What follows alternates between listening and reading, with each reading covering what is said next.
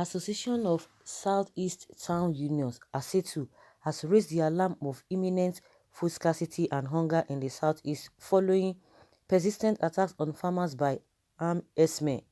The group, in a statement by its national president Emeka Diwe and secretary Gideon Adikuru, said farmers in the region, especially women, have abandoned their farmlands for fear of molestation or killing by rampaging Fulani herdsmen who invaded farms looking for pasture of their cattle.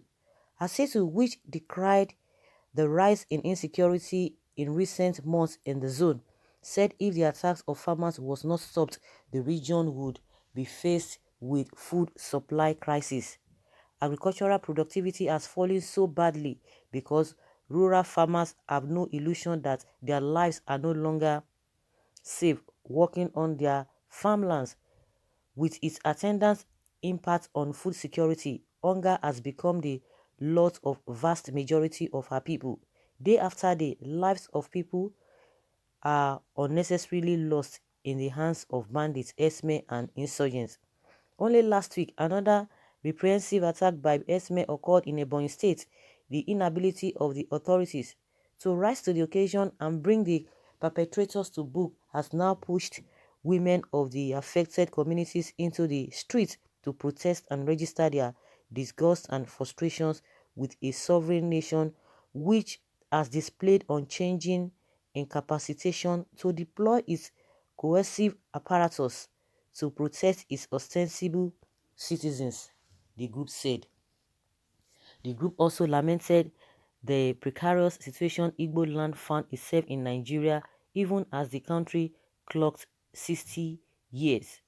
He said, "We see ourselves in a Nigeria that is now defined and defied by unbearable injustice against the Igbo. A section of this country has monopolized all the instruments of state and all the resources that the country and has imposed itself on the rest of the country and has forged a master-servant relationship between itself and the rest of the ethnic nationalities. Igbo people have been marginalized in virtually all the facets of national life. Our communities are randomly sacked, farmlands destroyed, women raped and people butchered in their sleep by Fulani herdsmen, yet the federal government does not budge. But when our youth raise a flag to protest against the humiliations, discrimination, and deprivation which we face in Nigeria, they are hurriedly termed terrorists and slaughtered ruthlessly. 60 years after independence, Nigeria is sitting on a keg of gunpowder.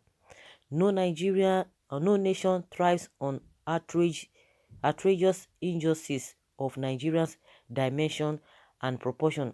Political independence has failed to deliver to our people the nation which our forebears fought for. It has left the people with aborted dreams and shattered hopes, even as our people keep longing for a better tomorrow and a better nation." Where do we go from here? Where do we go from here? People have been lamenting since 2015. 2015, Nigerians across board have been lamenting and nothing is being done. Nothing is being done.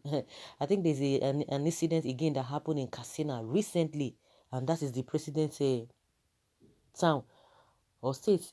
Some people might think or might say that, oh, maybe it is just an avenue or it's just a ploy to deceive people. No, I don't think so. The whole thing, in my opinion, of course, in this country, the more you look, the less you see. Some things could be happening just to try to say, oh yes, we are not trying to get at some tribes or some regions. Anything could happen, but from the look of things, the whole thing boils down on incompetence because the Katsina people, they are crying. They were not saying anything before, but now the thing is becoming so obvious that they cannot even hide it. They cannot even keep quiet any longer because lives are involved. Lives are really involved. And they are coming out, nobody is saying anything. The government will come and tell you that they are disgruntled elements that do not want the progress of the country.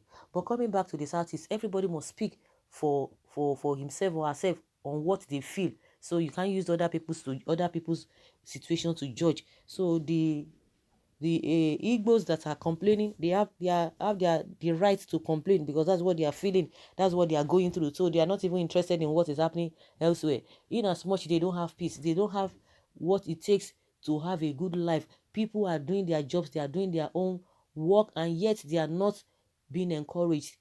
Instead, they are discouraged on a daily basis. So they have to speak for themselves. Whether the president's home state is going through sort of all manner of things, it's not their business, because they are even facing their own problem. It is only when you are free from all troubles that you now know what is happening in another place. You are overwhelmed with problem in your own zone or in your own house. You will not even see what is happening in your next door neighbor. So that is exactly what is happening. So they are speaking for themselves, and they are speaking based on what they are experiencing. It cuts across board. This whole thing is just happening on a daily basis, and people are looking, people are tired. People are tired, they don't even know what to say. A lot of people who dared to protest, we know where they are. A lot of people who try to criticize, we know what the federal government has responded, or what they have responded to them. So I think the only thing is that people will continue to talk. Will continue to talk, but maybe a time will come when the talk or the talking will not be effective. Maybe what will be effective, people will not know what will be effective and go for that, because we can't continue saying the same thing. No result, no solution, no change of strategies. Everything still remains the same. Well, Nigeria, let's call unto God for help. Yes, and that's why you see that most of the people, we are so religious, we just go to church. You think people will just go to church or go to religious houses because they love God? No, not because they want to serve God, but because they believe that that is just their last hope. That's why people always go, everything God, God, God, God, God. Even when people are trying their best in a little way, which they ought to have done better or more. But even their little effort is not yielding results. People talk, people protest, and nothing is happening. Then what do? You just turn back to God. That is why people are always, any little thing they say, we call God, because when you look at it from the other angle, the government is not doing anything. It's not doing what it ought to be, what God has put them to do. They are doing the opposite. Then why will people not be mentioning God? Because when people talk, they criticize, they complain. You said they should not complain, and what do you want them to do? Everything is God, and everybody, even as Nigerians, any little thing, God, God, even when we are not supposed to be doing that. We know that God is all in all, but God created us. God did not create us to come and be to still be liabilities. Of course, it's all in all. It's just like when you have a child. Nobody's talking about God does not have impact or does not have a say in what we do.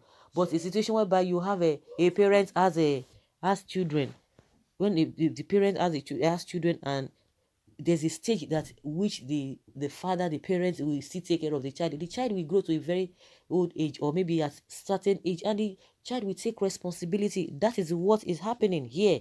So we call God, God, God, God, because the people who are supposed to do the right thing, they are not doing it, and they are leaving, or they've banned the people to the Philistines.